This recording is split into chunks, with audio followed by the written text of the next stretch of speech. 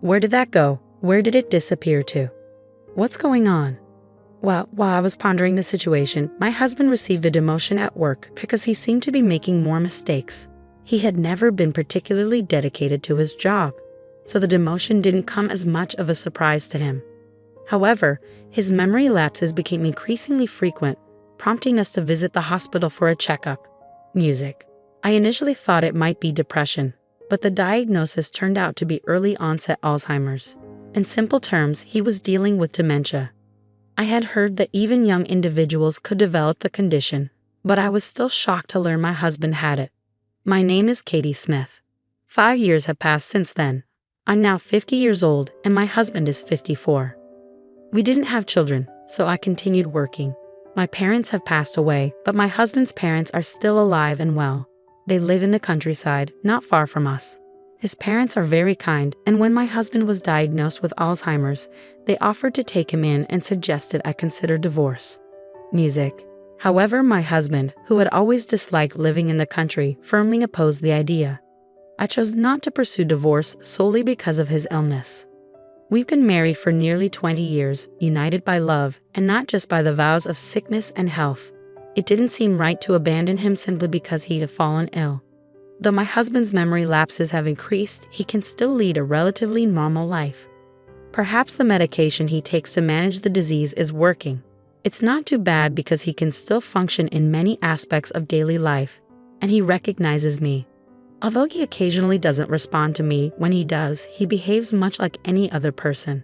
However, when I ask him specific questions, he often says he doesn't remember or isn't sure. His mistakes at work became more frequent, and he would sometimes become emotional when he struggled with paperwork. He once told me, "I'm thinking of leaving the company. Would you support me if I quit?"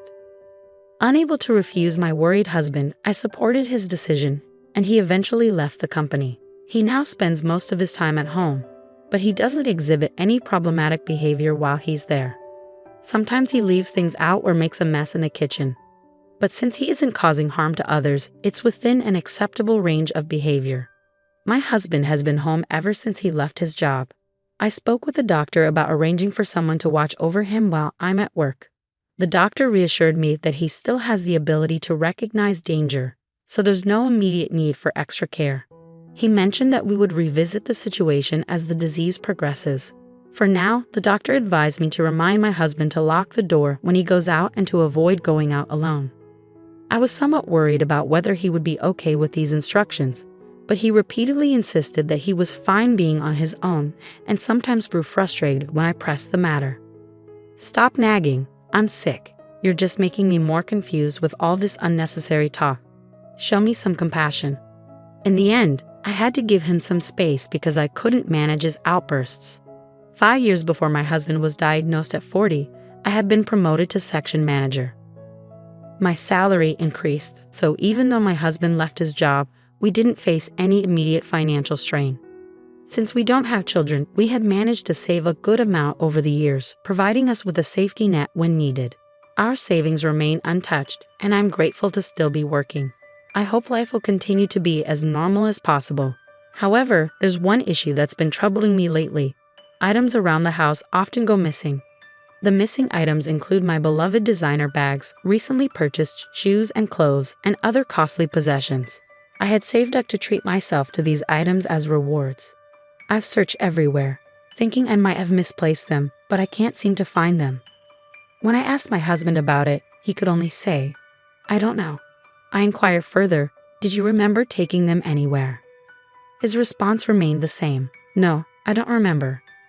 My husband's responses are becoming increasingly repetitive. I wonder if his illness has advanced to the point where he doesn't even recall taking the missing items out of the house. When I return from work and ask about his day, his frequent reply is, "I can't remember." The doctor explained that the progression of the disease can vary, sometimes slow and other times rapid.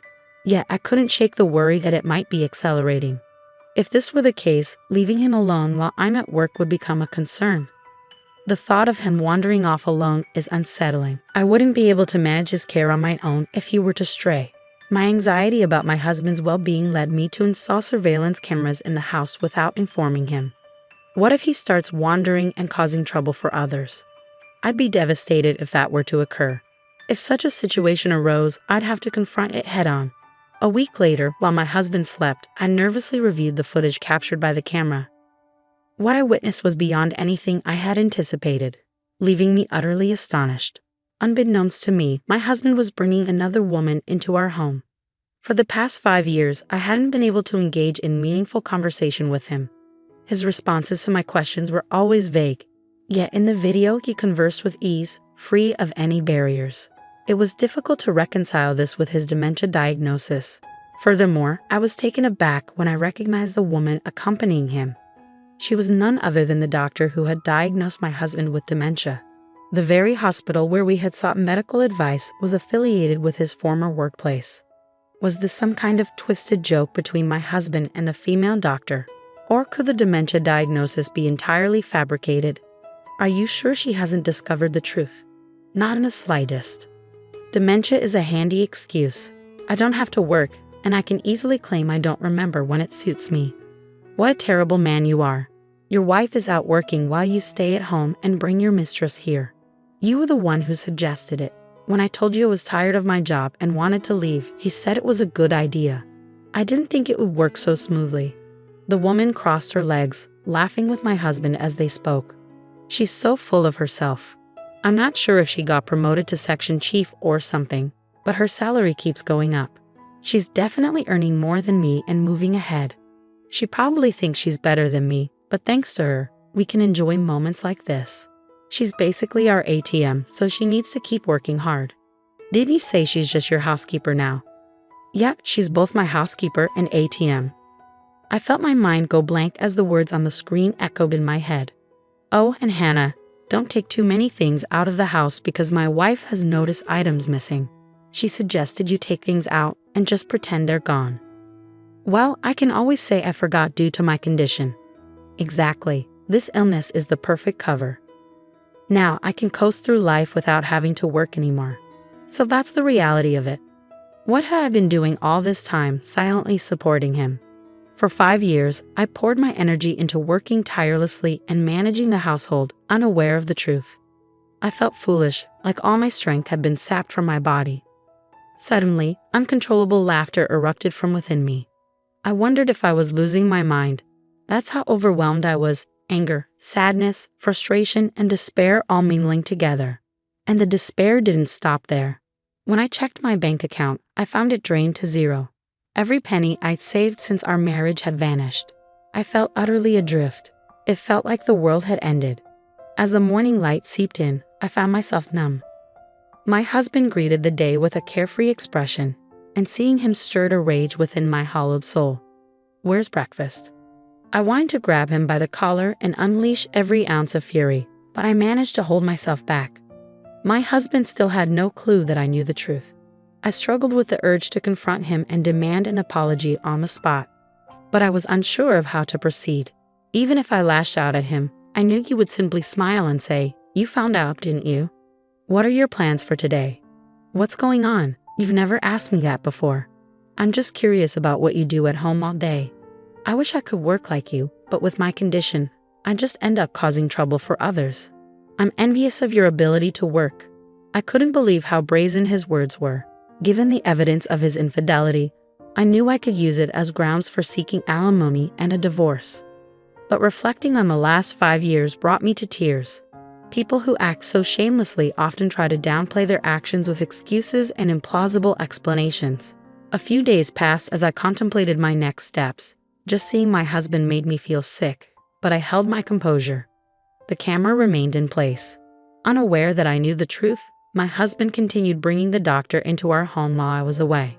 "Hey, did anyone come by today? I thought I smelled someone else." He responded, "Well, someone might have come by, but I don't really remember. Maybe it was a salesperson. So how are you feeling? You seem to be doing better lately. Is the treatment helping?" "I don't think so. I feel like I've been getting more forgetful. The doctor told me the disease can be slowed down, but it can't be cured." "That's right. That doctor was quite attractive, wasn't she?" "Was she?" I can't seem to recall her face. I was almost impressed by how convincingly he kept up his act for so long. I couldn't just sit idly by, so I decided to visit my in-laws with a recorded video, without telling my husband. They have always been kind and thoughtful toward me, but they are my husband's parents, so I worried they might take his side. Mr. and Mrs. Smith, I'm sorry for reaching out unexpectedly, but I have something important to discuss with you. What's wrong? You look so worn out. What happened? Come on in. Are you hungry? I'll fix you something warm to eat. My mother-in-law's words almost brought me to tears. It was a relief to realize I had nothing to worry about. When my in-laws saw the video of my husband's affair with the female doctor, they immediately knelt down and apologized. Our foolish son. I'm so sorry, Katie. I truly apologize. Rather than blaming me, they cried and held my hands, causing me to cry as well. It felt as though all the tension I'd been holding onto melted away in that moment. While my anger at my husband remained, I was deeply moved to know I had their support. Something else that made me happy was a surprise offer for a promotion to a department head position. It was gratifying to know my hard work was being recognized. I felt reassured that I had a place where my efforts were valued. Hey, Katie, are you listening to me? Huh? Oh, sorry, I got lost in my thoughts for a moment. I had been contemplating how to best punish my husband and had gotten caught up in my thoughts. It's not funny if you both end up with dementia. His words sparked an idea in my mind. Would you take care of me if I did end up with dementia? Forget it. I've got enough on my plate without taking care of you too. My husband looked at me in shock at my response. Since then, I've been trying to echo more of his previous words each day to make the scenario seem more convincing. Hey, what was I doing just now? I've been making so many mistakes at work lately. I seem to be forgetting things. I forgot how to use the washing machine and how to cook rice. My husband grew increasingly anxious. You're still working, but I'm grateful you're here. One day, I came home from work to find my husband gone. He left behind completed divorce papers and a note.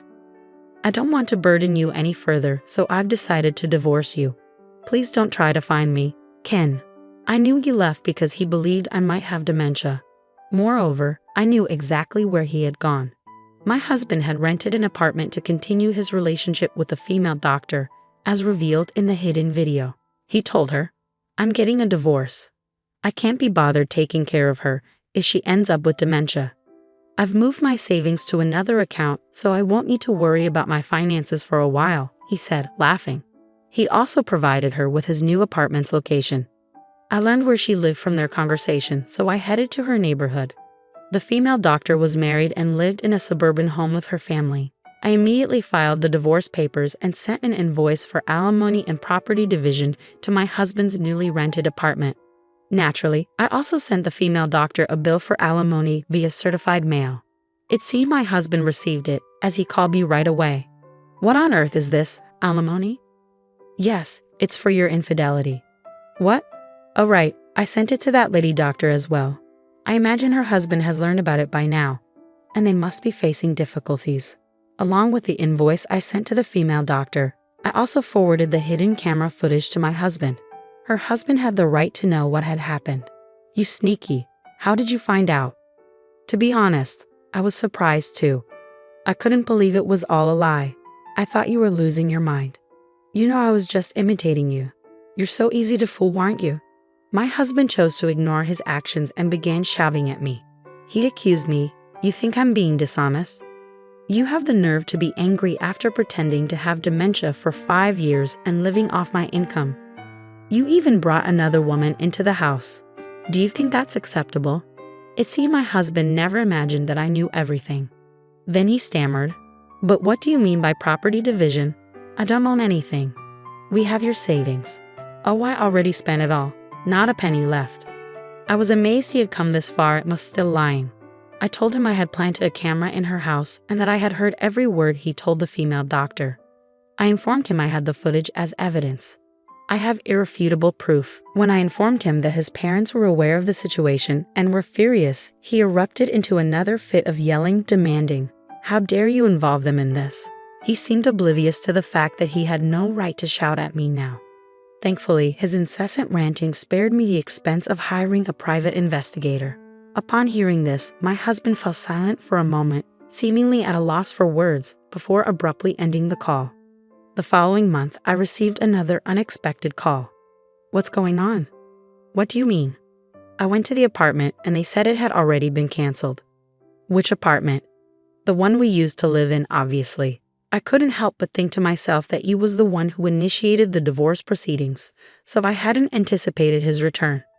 When I told him that I had canceled the lease immediately after you left, he became angry and demanded to know why I hadn't informed him of my actions. I explained that, as he was unemployed, he could no longer be the tenant on the apartment lease. So when he quit his job, I changed the lease to my name. This gave me control over when to terminate the lease and decide where to move next. I ended up purchasing a condo, which I now call home. You bought it? Yes, using the alimony from you and your mistress, along with the savings I recovered. It's a small place, but it's my own haven. Really? Yes, so you won't be coming over. He seemed surprised by my response. You have a girlfriend, don't you? I already broke up with her. Her husband found out she was cheating and divorced her. She's been blamed at work for making a diagnostic error and is being sued by a patient. Both her husband and you are suing her for alimony, leaving her in significant debt. Really? Well, I decided I want to start over with you. That way, the alimony will be canceled and I can get the money back. I couldn't believe what I was hearing. Did he really think I would take him back? He was suggesting that we reconcile, implying that the alimony being pursued by her husband could be returned to me. I was almost tempted to ask him if he had lost his mind. You've got to be kidding. Why would I pay you anything? We're divorced. I never want to see you again. There's no chance I'm taking you back. With that, I hung up the phone and blocked all incoming calls from him. Apparently, my ex-husband then went to visit his parents. Little did he know that they had sold their house and moved into a retirement community. They told me he was shocked when he arrived at their house and saw it was up for sale, prompting him to reach out to them. With a lawyer handling the collection of property division and alimony payments, my ex-husband was left with little money in his pocket. Unable to secure a new job and unable to pay his rent, he was evicted from his apartment and had nowhere to go. He must have turned to his parents for help. Anticipating this, they had moved out, knowing that if he returned, they might struggle to remove him again. They told me they would have felt sorry for me if he had tried to move back in with them. I heard he now works as a live-in employee at a factory, but he's too lazy to work much, resulting in daily scoldings and even beatings from younger employees. He has reached out to his parents several times for assistance, but they have consistently refused him. Months have passed since the divorce, and I continue to stay in touch with his parents. They remain concerned for my well-being and have become like my own parents. I plan to maintain a close relationship with them, and if they ever need assistance, I'll be there for them. I've recently been promoted to department manager and my salary has gone up. I'm committed to working hard and am thoroughly enjoying my peaceful life on my own.